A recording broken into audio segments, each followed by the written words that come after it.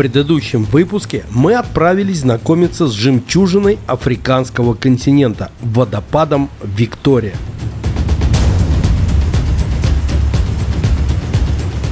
Забрались в самое его сердце, купель дьявола, пощекотали свои нервы, сделали незабываемые фотографии и получили огромную порцию адреналина.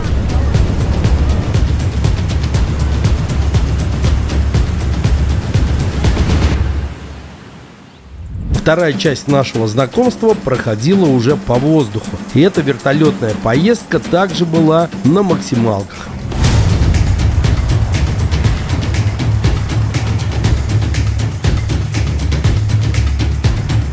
Пилот АС показал нам, на что способна его винтокрылая машина и что такое вжаривать по каньону.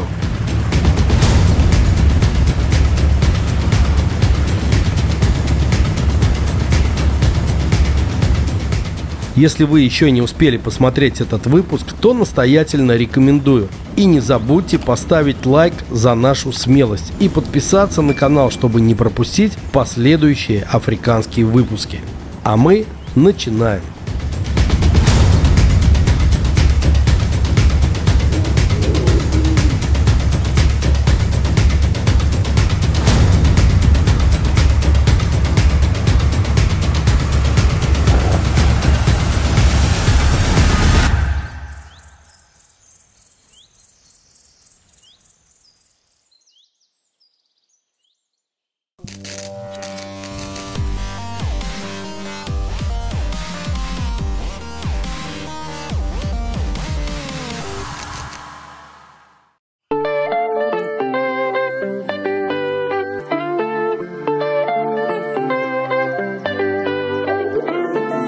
Мы продолжаем наше африканское путешествие, и сегодня мы направляемся из Замбии в Ботсвану. Там нас ждет увлекательное и невероятное сафари.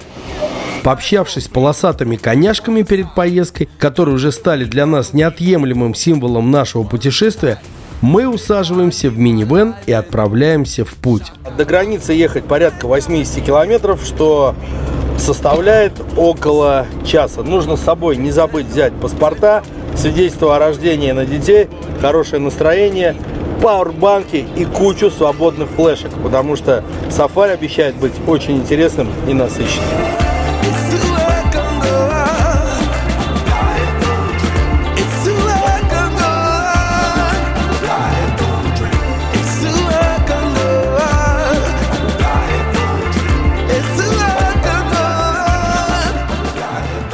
Ехать для меня это не только преодолевать расстояние, это всегда знакомство с регионом, людьми, населяющими его, и их культурой. Даже по самой дороге можно понять очень много. Бюджеты, выделяемые на развитие транспортной отрасли, благосостояние местных жителей, отношение к окружающей среде и природе. Асфальтовое покрытие очень даже приличное, кочек и ям практически не было. И мне, как часто путешествующему по разным странам человеку, есть чем сравнить. В той же Индии или Мексике дороги гораздо хуже. Так, теперь о местных жителях. Сейчас мы проезжаем один из населенных пунктов, и как раз можно оценить и строение, и самих жителей. Конечно, это не Таймс-сквер или Манхэттен, но ярко выраженной нищеты и грязи здесь я не увидел. Мусора немного, для пешеходов есть тротуары, оборудованные перекрестки, церковь. Здания все относительно приличные. Дети в разных школьных формах идут на занятия. Мы сейчас проезжали улицу, где расположено большое количество различных школ и других учебных заведений. Идут детишки. Дело в том, что у них сейчас еще учебный год. И буквально через пару дней они закроются на каникулы. Вообще здесь система обучения построена так, что 1 месяц каникул через каждые 3 месяца образовательного процесса. Казалось бы, расстояние это всего 80 километров, но некоторые изменения в ландшафте мы заметили.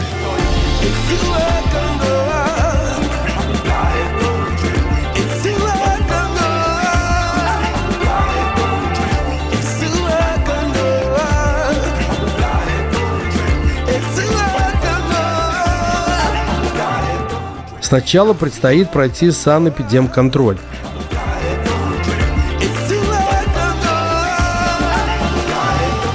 Граница с Ботсваной пройдено. До сих пор здесь работают, судя по всему, антиковидные меры. Нас заставили наступить в спиртовую, так сказать, подстилочку, чтобы обезвредить бактерии на наших ногах. Потом протереть ручки, показать паспорта. Едем. В лицо бросается сразу то, что Ботсвана гораздо богаче, нежели Замбия. Проезжаем дальше уже на паспортный контроль.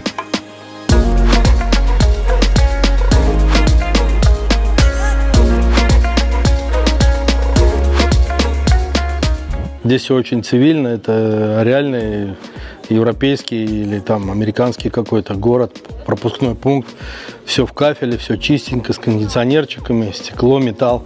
В общем, все очень модно. И это сразу видно на парковке, по площадке, по автомобилям. В общем, уровень Ботсваны другой.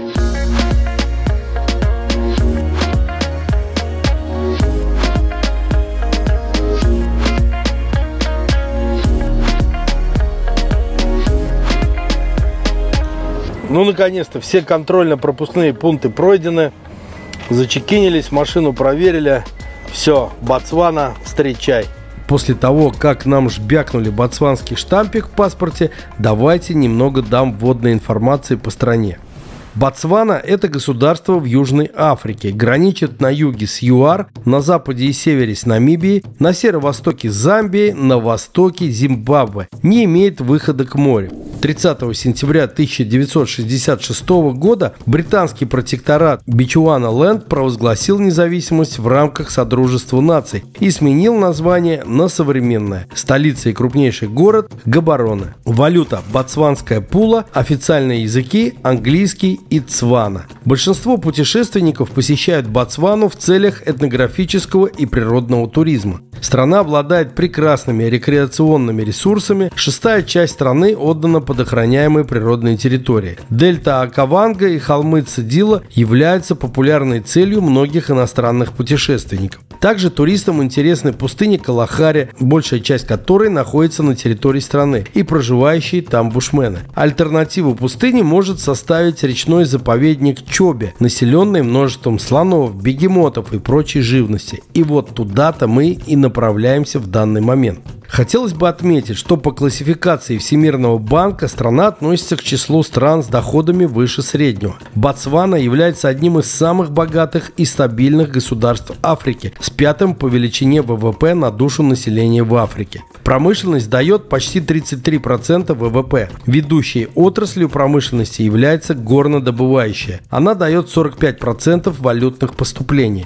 Добываются алмазы. По их стоимости Ботсвана занимает первое место в мире. В 2004 году экспортировано 31 миллион каратов алмазов. Всю добычу алмазов в стране контролирует компания Депсвана. Добываются также медь и никель, каменный уголь, поваренная соль, золото, платина и серебро. Вот такая она, Ботсвана.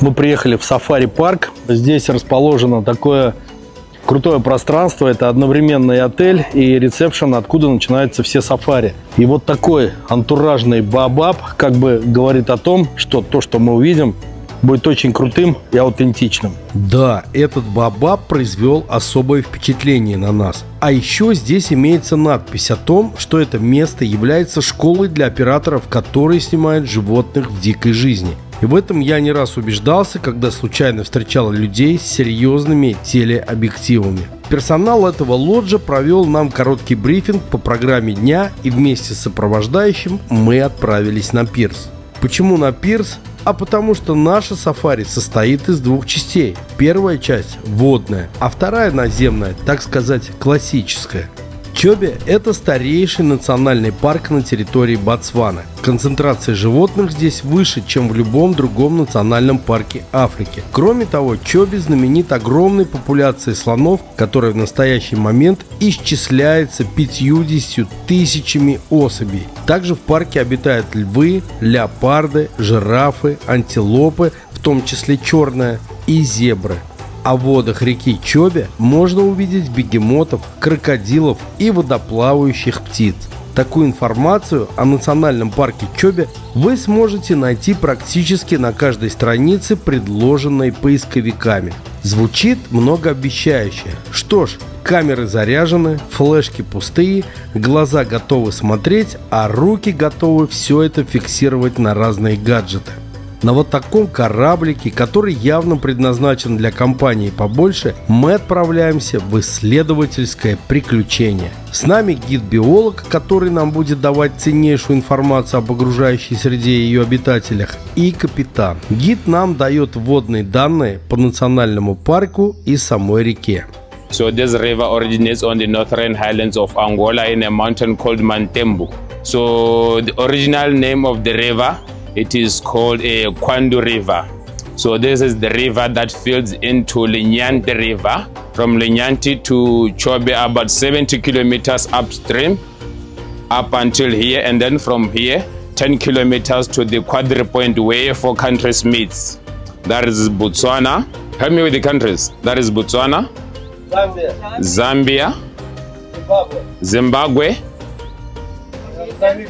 and Namibia. Вдоль побережья реки мы видим многочисленную туристическую инфраструктуру в виде отелей и плавсредств, явно рассчитанных на спокойное течение, небольшую осадку и хороший обзор.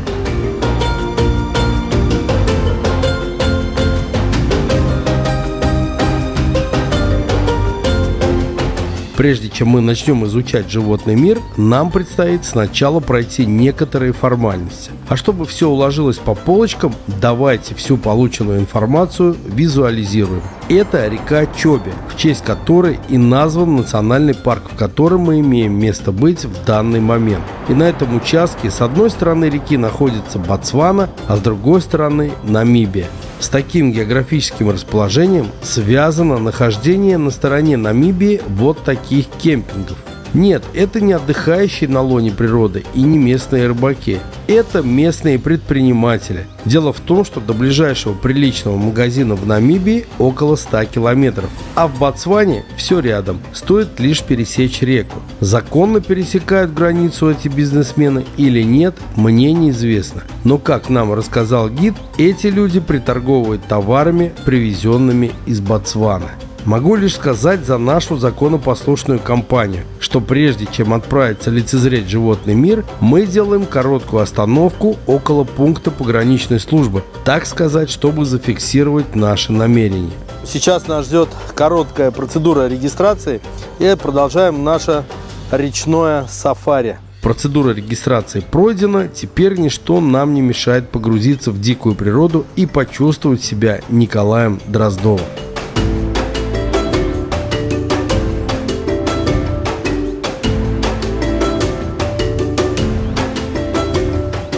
И вновь проплывая рядом с высоким камышом и редкими деревьями, у меня возникают ассоциации с нашими астраханскими лиманами, в коих я бывал уже десятки раз на подводной охоте или рыбалке.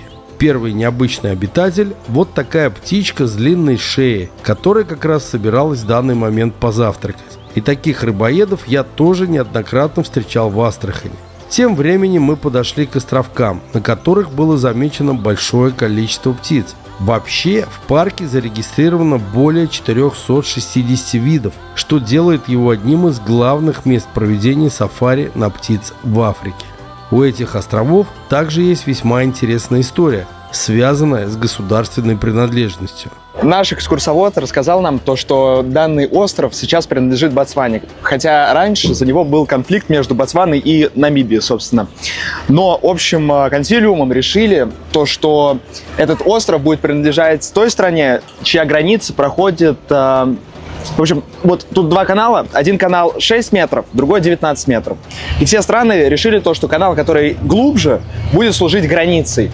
И, следовательно, канал, который глубже, он проходит мимо Намибии и отделяет этот остров от нее. Следовательно, сейчас этот остров принадлежит Ботсване. Они используют его для туризма. А Намибия, в свою очередь, хотели забрать этот остров, чтобы использовать его для фермерства. Потому что вот почва тут очень плодородная, из-за того, что она очень влажная, они хотели выращивать тут рис. Но вот таким вот решением у кого самый глубокий канал, выяснилось то, что Ботсвана забрала этот остров. И если честно, для нас, туристов, наверное, такой исход более благоприятный, потому что острова стали местом обитания различных животных, и очень скоро вы в этом убедитесь лично.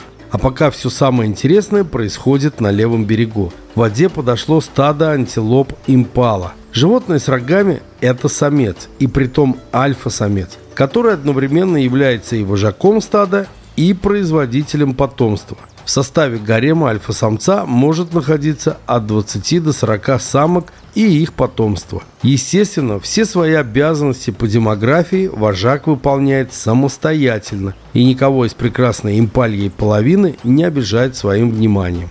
Теперь к островам.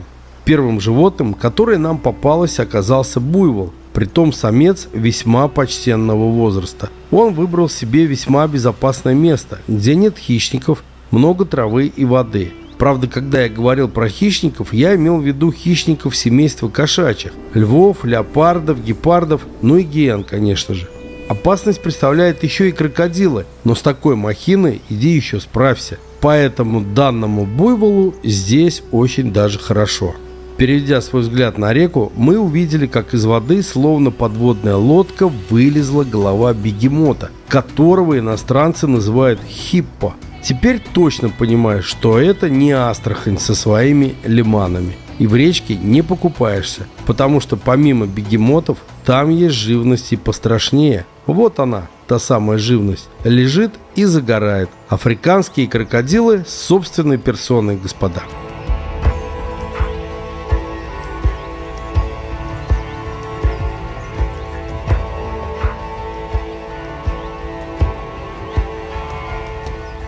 И судя по количеству особей, попавшимся нам за несколько минут, плотность зубастых здесь крайне велика. Капитан подвез нас очень близко к ним, и до зубастого можно было дотянуться рукой, ну или селфи-палкой от камеры. Далее мы переместились, и нашему вниманию предстали буйволы. Если внимательно приглядеться, то среди животных можно увидеть птичек, которые ходят прямо по следам, и это неспроста. Буйволы своими копытами выворачивают мягкий грунт, и птички без труда получают доступ к аппетитным жирным насекомым. А вот эти серо-коричневые птички, похожие на гусей, и есть самые обычные египетские гуси. Пока мы наблюдали за буйволами, к нам подошел варан. Конечно, это не такой большой и страшный, как на комодо, но все же яхерка не для домашнего аквариума. Но самое интересное для меня было смотреть на воду. Вероятность того, что там из ниоткуда сейчас появится голова бегемота, была очень велика. И предчувствие меня не обмануло. Посмотрите, как это происходит. Сначала ноздри, уши и глаза, а потом атомная подводная лодка всплывает на поверхность. Эх, почему же не мы в той лодке, так близко к бегемотам?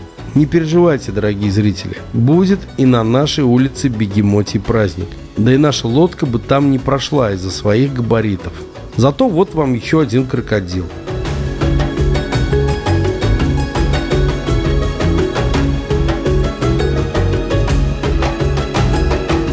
Смотрите, целых 5 бегемотов идут по протоке, притом друг за другом. Зачем же мы уезжаем от них? Когда я спросил гида, как же так, я их не снял близко, на что он улыбнулся и сказал: «Don't worry», типа не волнуйся, какие твои годы? Вот смотри лучше, какие птицы прямо по курсу. Африканские марабу. Когда Господь раздавал красоту и грацию, эти птицы явно не в той очереди оказались. А еще, как выяснилось, в очереди за мозгами их тоже не было обнаружено, так как гид сказал, что эти птицы, очень глупые. Вот что про них удалось выяснить. Марабу – наиболее крупный представитель отряда аистообразных. Длина до 1,5 метров, размах крыльев от 2,5 до 3, масса от 4 до 9 килограмм. Самцы в среднем крупнее самок. Внешность характерна для большинства пернатых падальщиков. Голые, покрытые редким волосовидным оперением голова и шея. Хорошо развитый пуховой воротник на плечах. Бросается в глаза крупный массивный клюв, длина которого может достигать почти 35 сантиметров. При достатке поиске корма птица ведет оседлый образ жизни. Прилетающий на трапезу марабу обычно отпугивает собравшихся на нее грифов, как более сильная птица, способная своим клювом поранить конкурента. Пищеварительная система марабу способна переваривать крупные кости. Помимо поедания падали, аист охотится на некрупных грызунов, рыбу, змей, лягушек, ящериц, саранчу, термитов. Разоряет он и гнезда мелких птиц. Урбанизация и рост численности населения Африки благоприятно сказалась на популяции марабу. Выполняя роль санитара-мусорщика, он часто кормится на свалках населенных пунктов пищевыми отбросами. В поисках корма марабу парит в небе, высматривая добычу. Образуя стаи, нередко концентрируется в местах скопления крупных копытных животных. А если вы присмотритесь к этим уродливым птичкам, то вы увидите у них на шее такие мешки. Они им нужны для того, чтобы призывать друг друга к спариванию. Они их специальным образом надувают и издают специальные звуки. Это делают преимущественно самцы. Самки, когда слышат этот звук, если отвечает, значит она готова к спариванию. Ну, собственно, как у нас, у людей. Идем дальше и вновь проходим мимо бегемота. А нет, не проходим, а заворачиваем. Огромный бегемот стал объектом нашего внимания. Но, как выяснилось позднее, он здесь был не один. По одному в разных местах по очереди показывали свои морды другие бегемоты. Что они делают под водой? Как перемещаются? Вплавь или просто идут по дну? Сколько они весят? Вопросов возникало очень много. Само слово «бегемот» переводится как «речная лошадь». Днем бегемоты находятся в воде, спасая свою чувствительную кожу от солнца. Она же, в свою очередь, выделяет секрет в виде красноватой маслянистой жидкости, увлажняя ее и предохраняя от паразитов. Взрослому бегемоту необходимо всплывать каждые 3-5 минут, чтобы поддерживать дыхание. Процесс всплытия и дыхания у бегемота инстинктивный, поэтому даже во сне он будет всплывать, чтобы набрать воздуха, даже не просыпаясь. Бегемоты территориальны только в воде. Для этого самцы метят свою территорию, и с теми, кто покушается на их владение, происходят стычки. Зачатие и роды проходят также в воде. Вес новорожденного бегемотика составляет примерно 45 килограмм. Самка производит потомство один раз в 2 года. Несмотря на короткие ноги, бегемоты бегают лучше людей. На короткие дистанции они могут развивать скорость до 30 км в час. В день бегемоты способны проходить до 10 км в поисках пастбищ. Каждую ночь они пасутся 4-5 часов и потребляют до 70 кг травы. Как это происходит, вы уже видели в первом выпуске. Бегемоты очень агрессивны и считаются самыми опасными животными Африки. Тем не менее, часто в случае опасности они предпочитают ретироваться в воду. Ближайшими родственниками бегемотов являются киты. Разделения между видами произошли не так давно, около 55 миллионов лет назад. Мировая популяция бегемотов ежегодно сокращается. Мы с вами наблюдаем за целой семьей. Явно виден самец и мамка с детенышами. Вообще мать старается уводить своих отпрысков от самцов, так как те будут пытаться убить их, чтобы избавить себя от будущих конкурентов и тем самым спровоцировать самку на новое спаривание. Такая же кровавая история и у медведей. Какая-то бегемотья ферма была только что перед нами. Было сразу 9 бегемотов. И притом 4 из них вылезли на сушу. Кстати, вес одного взрослого бегемота составляет около 450 килограмм. Ну а, собственно, после уголка с бегемотиками мы подъезжаем на улицу Слоновую. И прямо перед нами мы видим 4 взрослых особей и 2 маленьких слоненка.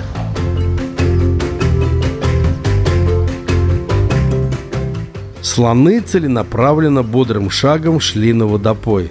Отчетливо видно, что это целая семья. Слоны, дойдя до лужи, начинают вымазываться в грязи, играться, тем самым защищая свою кожу от солнца и назойливых насекомых. Конечно, любоваться ими в этот момент одно удовольствие.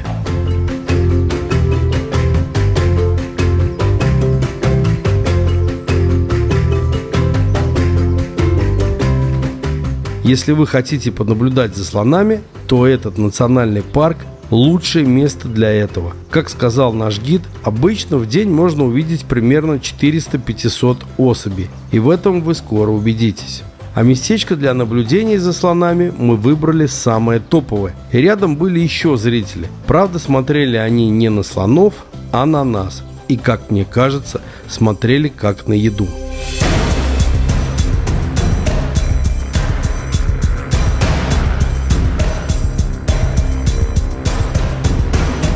Честно скажу, крокодилов я видел только на азиатских фермах Таиланда и Вьетнама. А тут все по-настоящему. Мы отправляемся дальше, огибая остров, и находим еще слонов. И притом этот коллектив более многочисленный. Также там присутствуют и взрослые особи, и малыши. Все пьют и обливаются водой.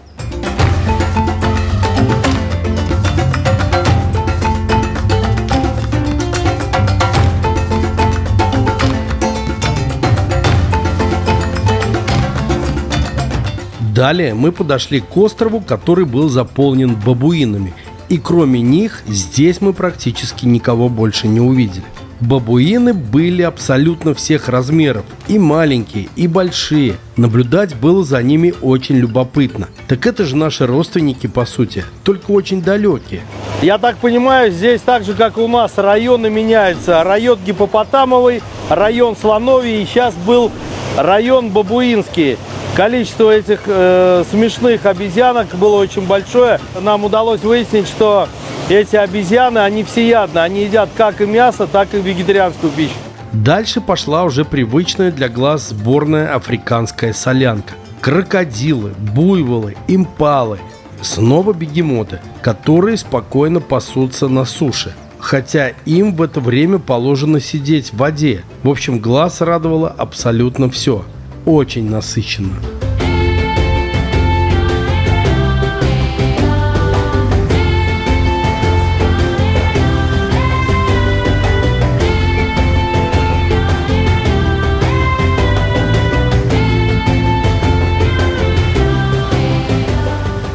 Наш сафари-бот, обогнув острова, движется в сторону базы, по каналу, который как раз-таки разделяет Ботсвану и Намибию. И тут вновь случилась приятная встреча с группой бегемотов.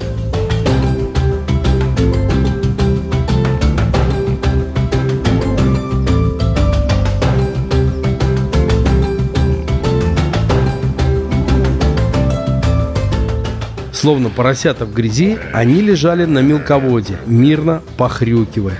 На нас не обращали абсолютно никакого внимания. Смотрите, какая бегемотья лежанка. 9 бегемотов лежат, и один стоит, охраняет. Кайф. В процессе нашего сегодняшнего речного круиза мы очень много увидели. Это и гиппопотамы, и слоны, и бабуины, и крокодилы, и антилопы, даже вараны, и очень интересные птицы. Мы уже бывали на сафари, это была Танзания, но с воды это другие приключения, поэтому всем рекомендую обязательно посещать все активности, которые связаны с природным миром. Это круто, это дикая природа в хороших, комфортных условиях, которые здесь преимущественно настроили европейцы и англичане. По сути, наше водное сафари закончилось на позитивной бегемотьей ноте. Мы держим курс к лоджу, с которого все и началось. И там нас ждал простой, но очень вкусный обед.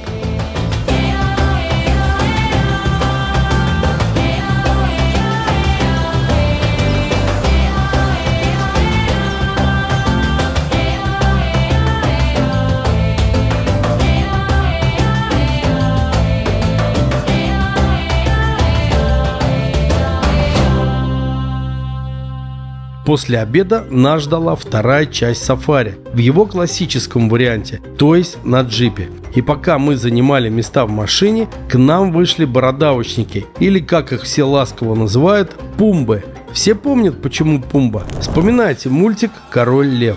Тимон и Пумба – два закадычных друга, так полюбившиеся всем своей бесшабашностью и веселостью.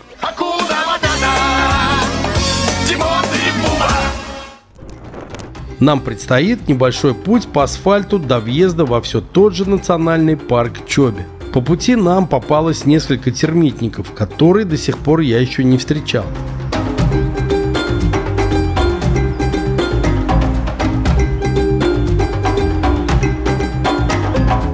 Мы едем туда же, где и ходили на кораблике, только по суше. И, конечно, двигаясь по дорогам на машине, у нас больше вариантов для поиска животных.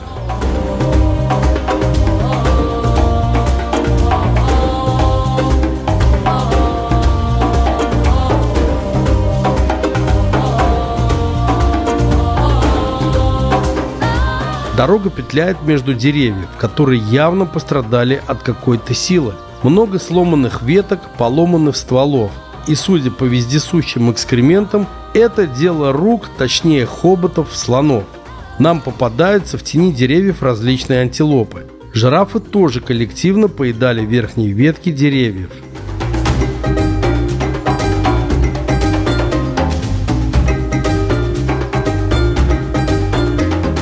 Ну и в какой-то момент мы поймали слонов за их работой – поеданием побегов деревьев.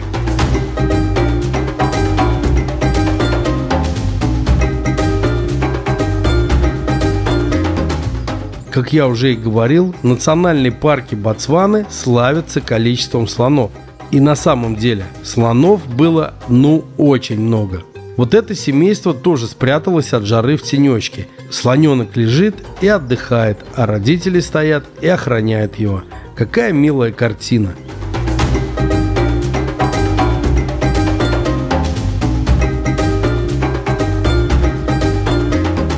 Периодически нам попадаются останки различных животных, которые, по всей видимости, стали добычей хищников. Ну а что, эти процессы являются неотъемлемой частью пищевой цепочки. И здесь всегда кто-то кого-то съедает.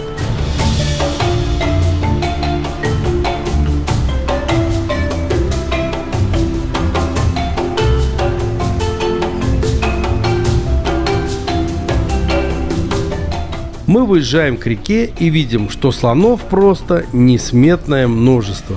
Большими и маленькими группами они все шли к водопою.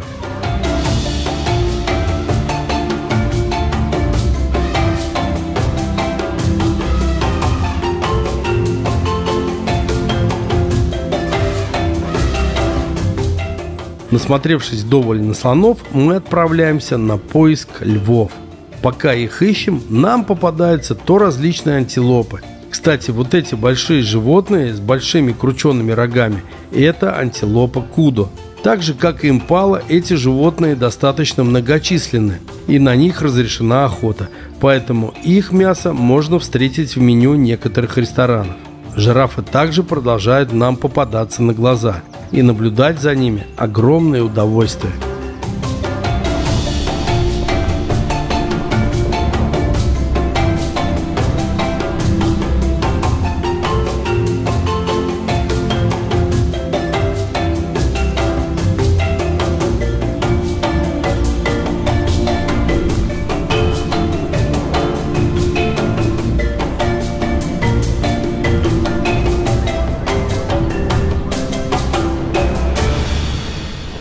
И вот, наконец-то, мы обнаружили львов, которые мирно лежали в тени и отдыхали.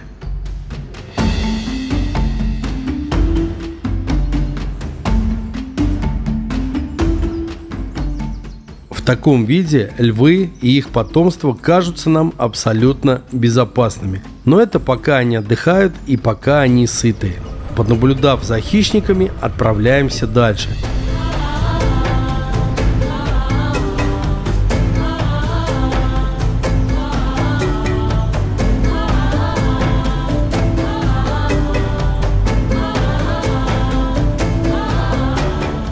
В какой-то момент дорогу пересекают слоны. Посмотрите, как на нас с опаской поглядела эта мамаша. Во взгляде чувствовалась забота и о малыше, и готовность нас атаковать в случае возникновения опасности. Слонов было немало.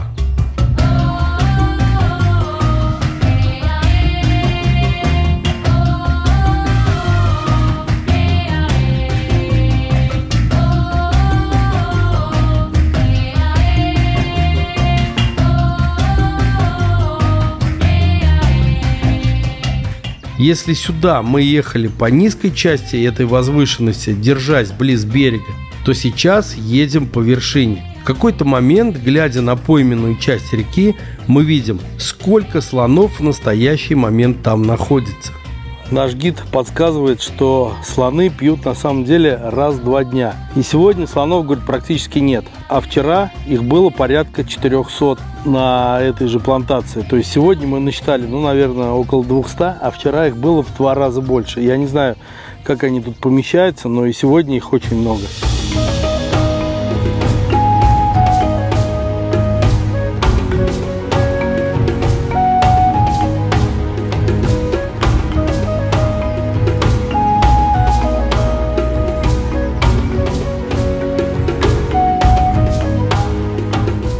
И уже выезжая с национального парка и как бы подводя итоги дня, хочется сказать, что увидели мы действительно много. Ни один зоопарк в мире не сможет вам такое показать. Даже сингапурский, который, на мой взгляд, лучший в мире. Это был еще один крутой день в Африке, который мы провели в Ботсване. Наше сафари закончилось, но не закончилось наше африканское путешествие.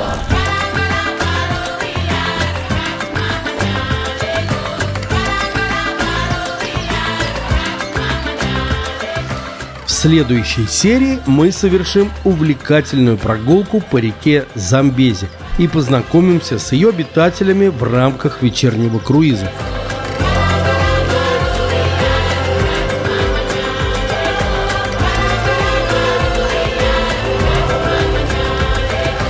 А потом погрузимся в настоящий африканский фольклор на званом ужине. Это будет настоящая мама Африка с ее незабываемыми ритмами, песнями и танцами.